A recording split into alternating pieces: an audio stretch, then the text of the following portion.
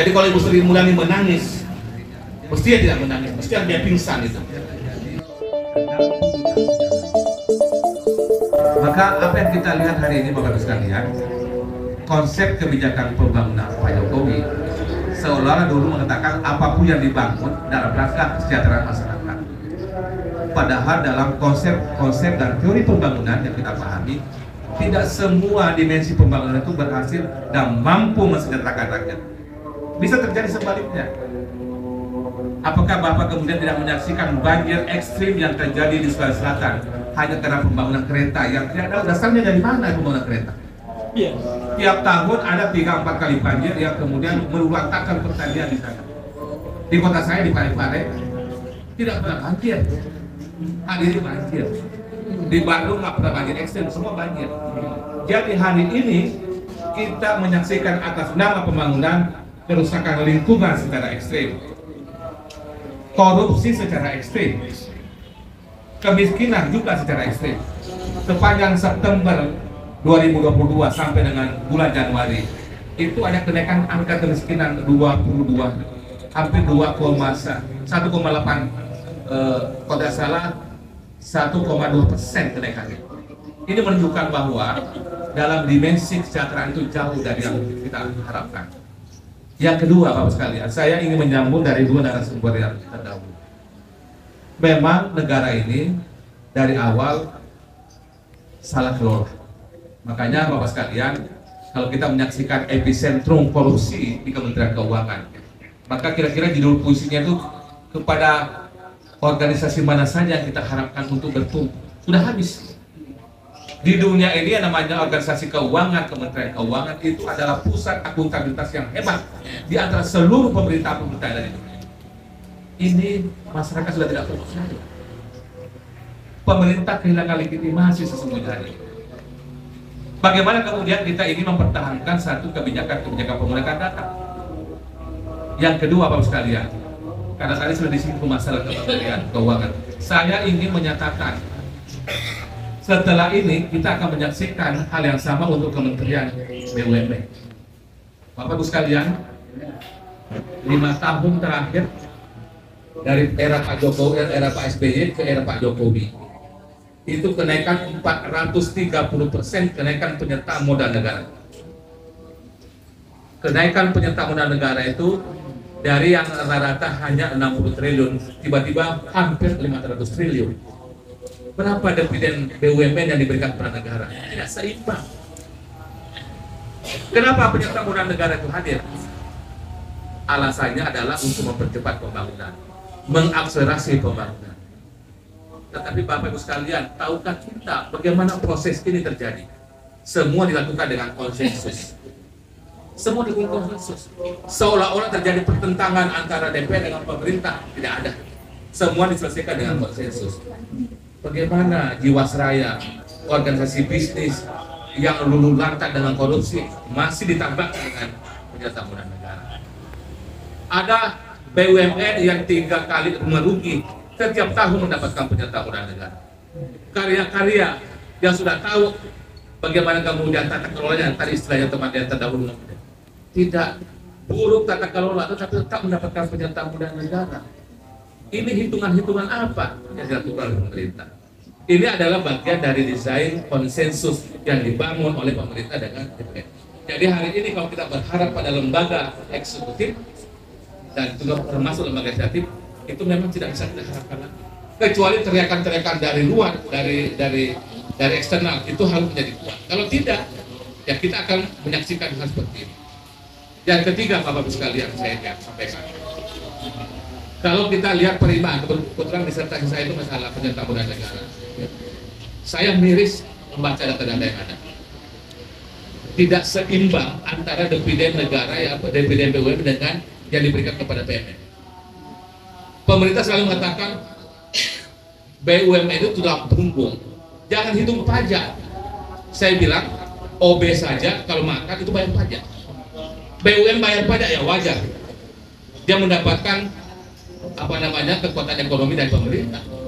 Tapi kalau dividen yang diberikan hanya 4% atau 5% dari hasil yang didapatkan, itu luar biasa. Padahal dia mendapatkan 17% itu pun dengan cara monopoli, tapi yang disetorkan kepada negara hanya 5%. Rasionya Pak terlalu kecil. Satu BUMN di Malaysia yang perusahaan Petronas itu kurang lebih hampir 2/3 yang disumbangkan BUMN kita secara keseluruhan. Bayangkan, artinya yang terjadi di dalam tata kelola negara ini, selain inefisiensi kelembagaan terjadi, juga karena memang tidak ada check and balance lagi antara DPR dan eksekutif. Karena desain awalnya adalah pemerintah mau melakukan apa saja selama ada DPR yang berkuat-kuat, pasti ada apa. Caranya adalah diamkan dulu mereka, kasih semua apa yang dia mau, maka semua partai-partai dirangkul menjadi bagian dari kekuasaan. Ini yang juga harus kita titipkan kepada siapapun calon presiden yang akan datang.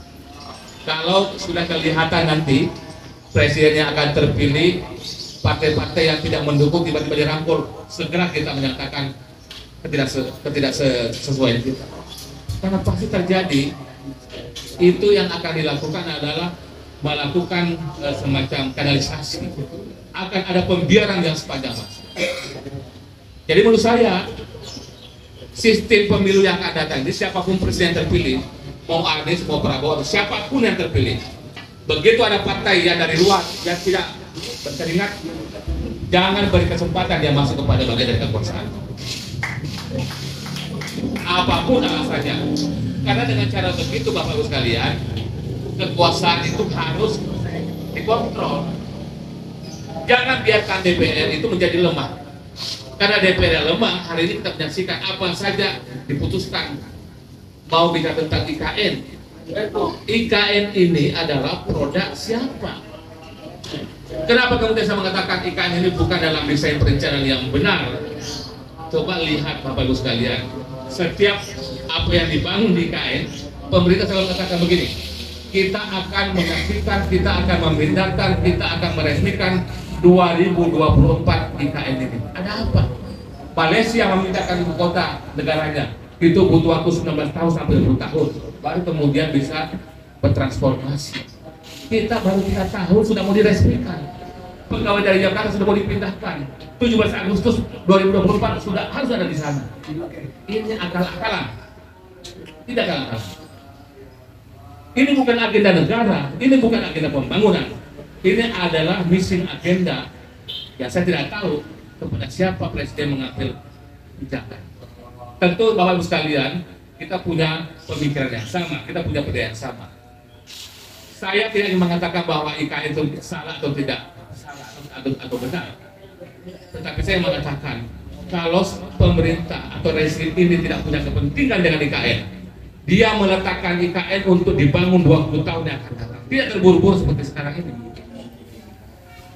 Kita sedang susah cari uang, tapi untuk IKN ada. Semua dengan utang. Hari ini Bapak sekalian, Sri Mulyani mengatakan utang kita aman, rasionya masih aman. Ini bukan persoalan aman atau tidak aman, ini persoalan nasional, rasio. Kita punya kemampuan atau tidak punya kemampuan untuk bayar utang. Jangan dijadikan kita sebagai dengan Singapura.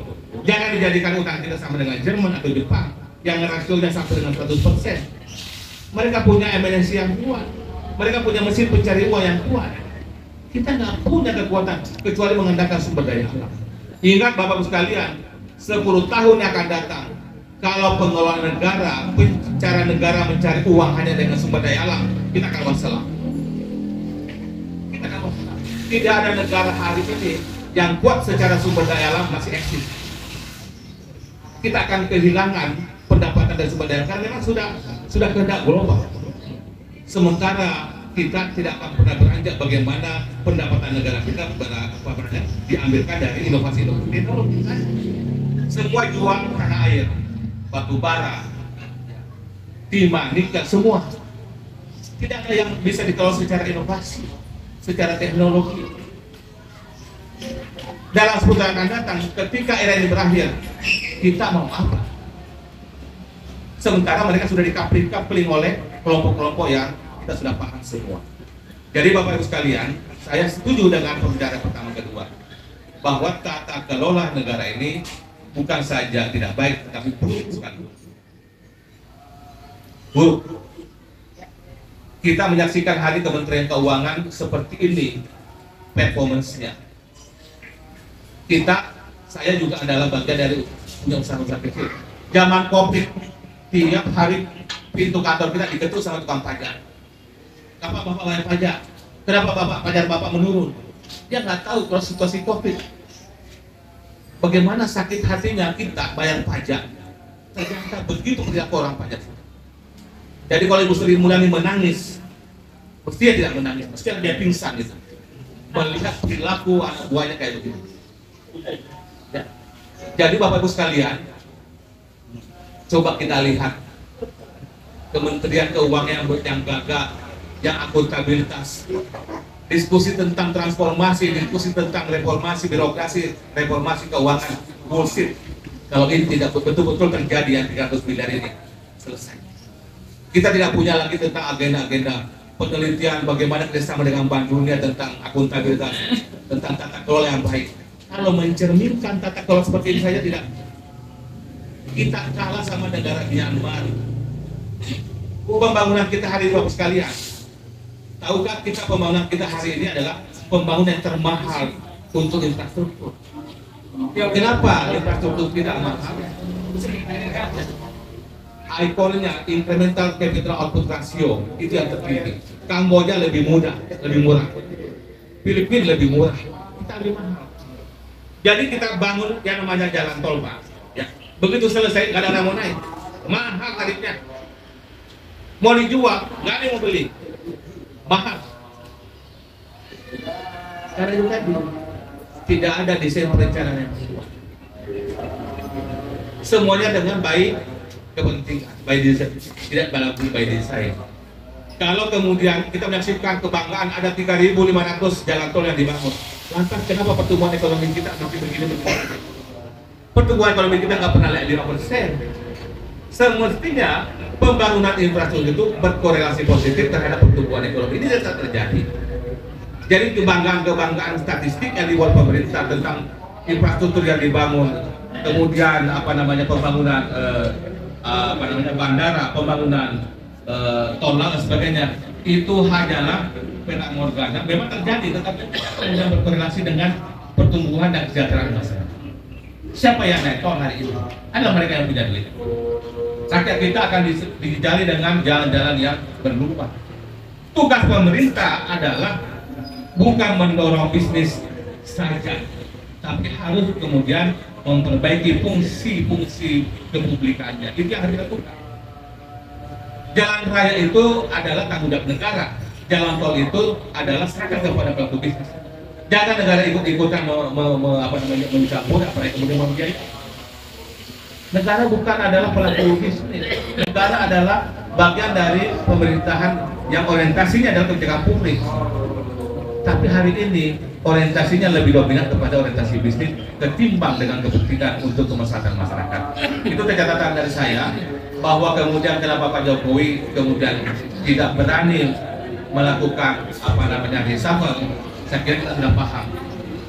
Dia sedang terkunci ya oleh tangan-tangan para fraksi yang mereka sudah menawarkan, Anda mau ganti saya, tapi saya akan buat perhitungan dari luar.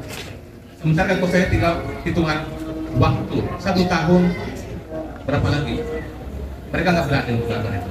Dia akan menciptakan stabilitas, dia akan tetap merawat hubungannya dengan para pendukung-pendukungnya sampai kemudian berakhir.